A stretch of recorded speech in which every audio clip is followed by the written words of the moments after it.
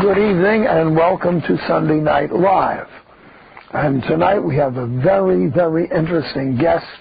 But before I get to our guest, I do want to mention that next week, Father Bob Wild of the Madonna House community in Ontario is going to speak with us and bring us up to date on the cause of beatification of Catherine de Huick Doherty.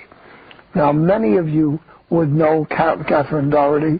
She's author of a number of books on the spiritual life, a remarkable, outstanding Catholic laywoman who I was privileged to know, and her community continues on even long after her death, and it will be a very interesting insight into a lay person who was a great religious leader and is up for beatification.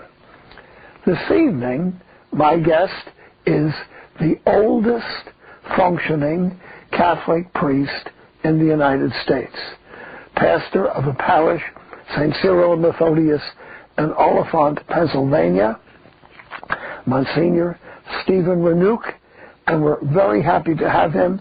He's a priest of the Ukrainian Archdiocese of Philadelphia.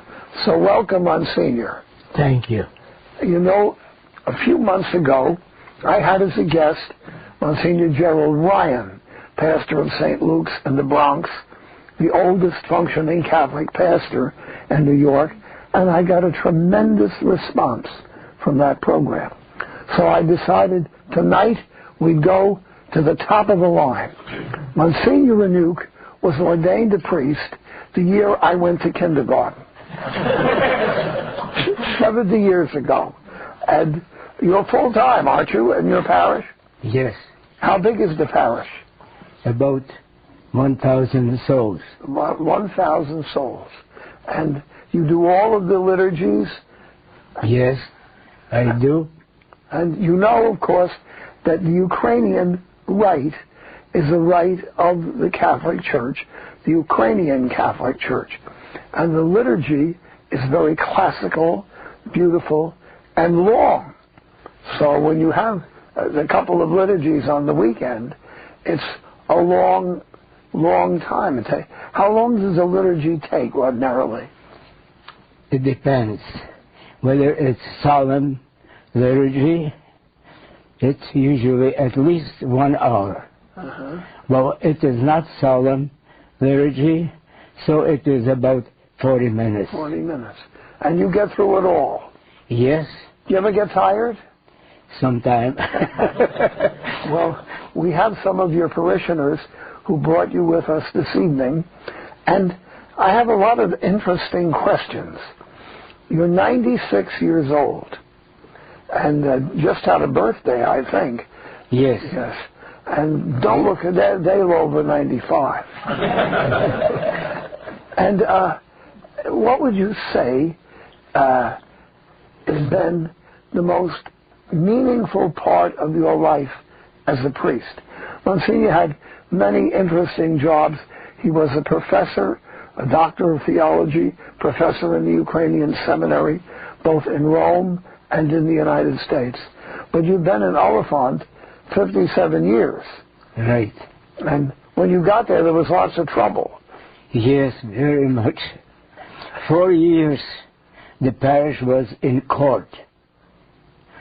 There was a faction of many people who wanted to be independent. Of the church? Dependent from our bishop. So our bishop, Constantine Bolchevsky, you know him. Yes. He sent me to Olyphant from Washington, D.C., where I was a rector there, and he said, "Father, go to Olyphant and bring peace." Now, how will I bring peace when the parish is 4 years in court? What I did, I called a holy, saintly missionary from Canada, Father Gregory Shushkovich. I asked him, "Father, please, have a good mission, that those people will love one another, will not fight one another, that there will be peace. And he did for 5 days.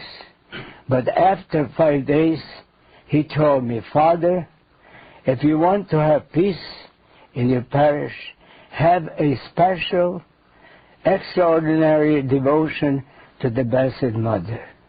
He was a Redemptorist father, so he meant Our Lady of Perpetual Help. Why don't you have a devotion every week to the Blessed Mother? Why don't you organize a confraternity of the Blessed Mother of Perpetual Help? I did so. And I began to have these devotions. And thank God, after 1 year, peace came to Olyphant.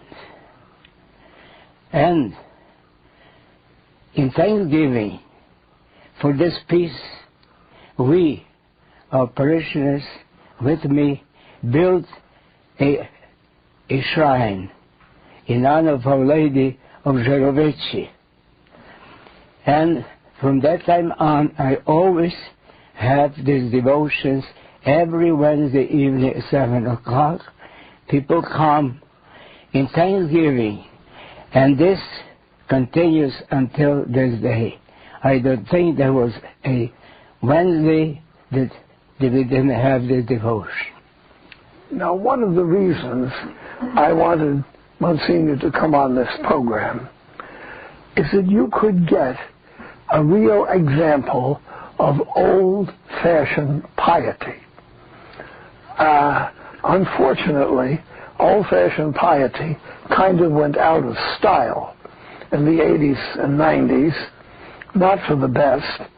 And I see young people, the John Paul II generation, love devotions and what we would consider old-fashioned, including the brothers and sisters in our community, some of whom are here tonight.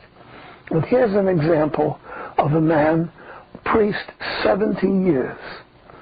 He's seen all the changes in the church. When Monsignor was ordained a priest, Pope Pius XI was Pope. Yes. And what year were you born? 1911, December 27. Well, that was Pope St. Pius X, right? Yes. St. Pius X was Pope then, and after him, Pope Benedict XV, Pope Pius XI. You lived through a lot of popes. Yes. And he's seen it all, and so many people here either never saw the old-fashioned piety, or they have almost forgotten about it. And both you, Monsignor, and Monsignor Ryan, who was on, who's done marvelous work with the Hispanic and black communities in the Bronx, both of you illustrate that kind of solid, devoted Christian Catholic piety. Now, would you tell our audience, some may not know, what is the Eastern Rite? Years ago, everybody knew what the Eastern Rite was, but a lot of people aren't very well educated right now. What do we mean by the Ukrainian Catholic Church? Well, there is one church. We say, I believe, in one holy Catholic and Apostolic Church. But this church has different rites. And what is right? The right is the external manifestation of our faith.